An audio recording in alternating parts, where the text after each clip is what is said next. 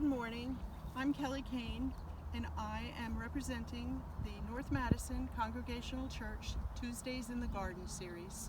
I'm doing what it's like to have a community garden here in Madison, and this is our farming project that's put together with volunteers for teaching children about sustainability, organic gardening, and farming.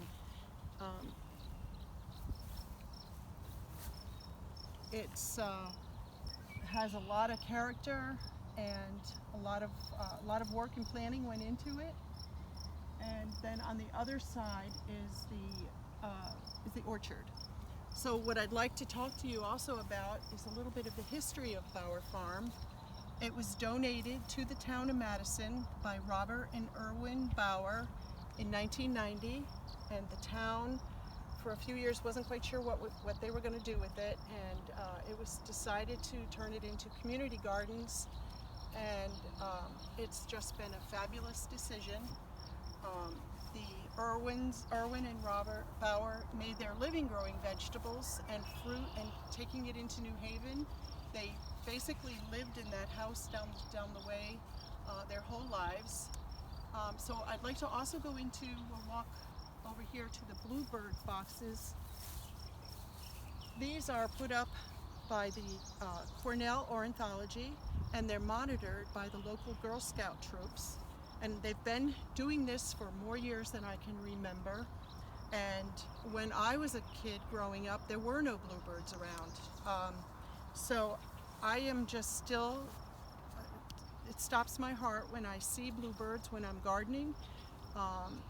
It's just amazing to me that they're back. So I have this card that was given to me by my family for my birthday. They know I love bluebirds, and it says, 2 decades ago, bluebirds faced extinction when open lands, best for nesting, grew rare.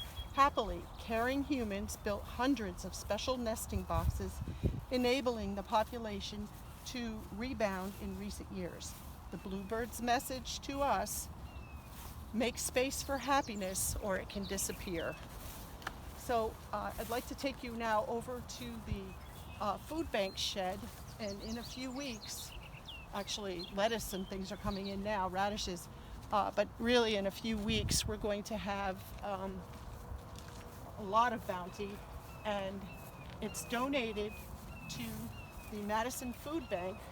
So the shed over here is really dedicated to being able to have the food put into a cooler, and there's a group of volunteers who take the food and bring it down to Madison Food Bank, and I know for a fact how much the people appreciate it. And actually, because of everything that's been happening in the last few months, with so many people losing their jobs, the food will be very much appreciated.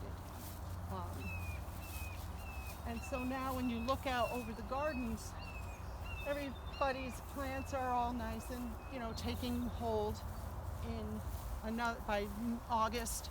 The sunflowers are going to be up huge. Everybody's stuff is going to be coming in.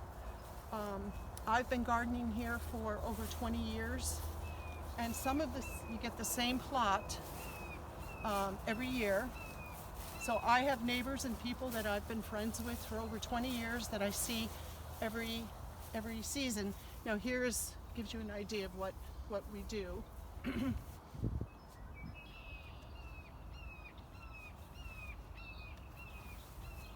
So now we'll walk down to my garden. I think community gardening is fabulous. I think it brings people together. It really is what community is. It's a fine example of what community is and what it can be. Everybody works together to make sure everything's growing well, and there's certain things that, like, unfortunately we're prone to getting white powdery mildew, and everybody will just jump in and say what they're using. We have to keep it organic. There are rules here. Absolutely has to be organic, and I think 99% of the people applaud that. You have to do 4 hours of service to Bauer Farm. I was here Saturday. We weeded out the beds up by the house. And then the second 2 hours that I do, excuse me, I generally do that, volunteer with the Fall Festival, which is just fabulous. They have scarecrow making and little old-fashioned games and cornhole tossing and bluegrass music, and it's a really wonderful thing. So we're coming up on my garden. I don't have neighbors this year really on the first plot. I have 2 plots going this way. So here and the other side, no one. I have a new person in there I haven't met yet. And then I have met the people in this garden over here. So,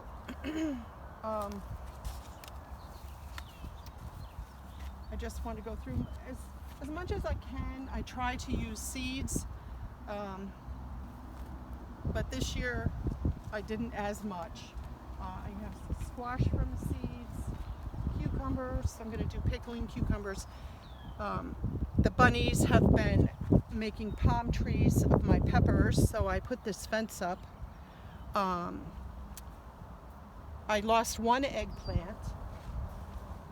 Here's my bok choy. Looking good, looking forward to making that. This is my pickling cucumbers. Like I said, we do get that white powdery mildew. So some years I have very good luck with it, and some years not so much. I staggered, here's my zinnias. I have the squash from seed. This is zucchini, and yellow squash is I much prefer. And then I do a second hill later because the squash comes in crazy amounts and I like to keep it coming. So there. And now my tomatoes, I did lose 2 for some reason. I might even be blaming bunnies on that one. All different varieties. I've got San Marzano. I have a white tomato that I found at a local grocery, a local gardening shop. Brandywine, beef heart, all sorts of tomatoes. I just love growing them all. And cherry tomatoes and a yellow pear. A very dear friend of mine gave me a plant.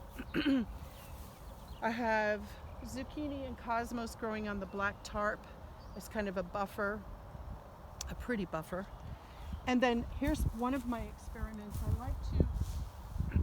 I like to grow at least 1 or 2 things every season that I haven't grown in, just to see how it goes and if I can do it. A bit of a challenge to myself. I've grown sweet potato that came out good one year. I did cauliflower, but it was too hot that season and all I got was purple muck. This year I'm growing potatoes in a 5-gallon bucket that a friend of mine from work suggested I give it a shot. And then I had extra, so I grew two plants in the over here by the flag. I have green beans, bush beans here, again staggered so that they don't come in all at once. And here's my other potato. And here's the little guy, but he was even looking better the other day. I'm not so sure. And one totally didn't make it. I don't know why. But he's looking good. I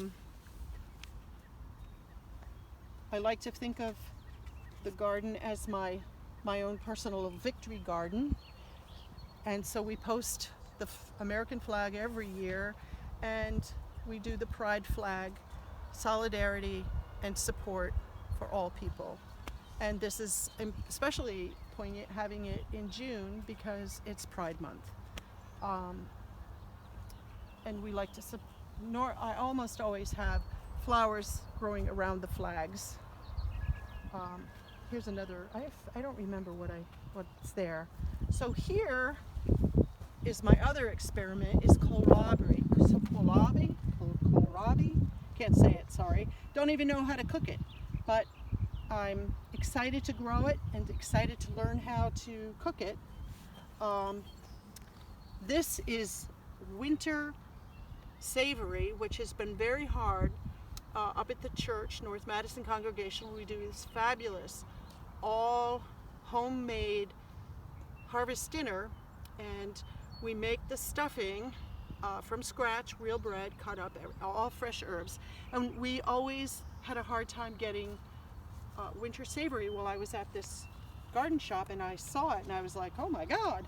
And so I planted it. I'm going to tender nurse it, hope that it grows, and we'll have it for our stuffing. The other thing I'm growing here is cabbage. We'll see. I've got sage, thyme, tons of basil, a little bit of parsley, and lettuce that's going to come up, and flowers on the border. When this lettuce comes up, it will, when it comes up, it's up. When it's done growing, which is coming soon, I probably will cut it back, put some green beans in, and then later, after the hot summer, I'll try to do a second crop of lettuce.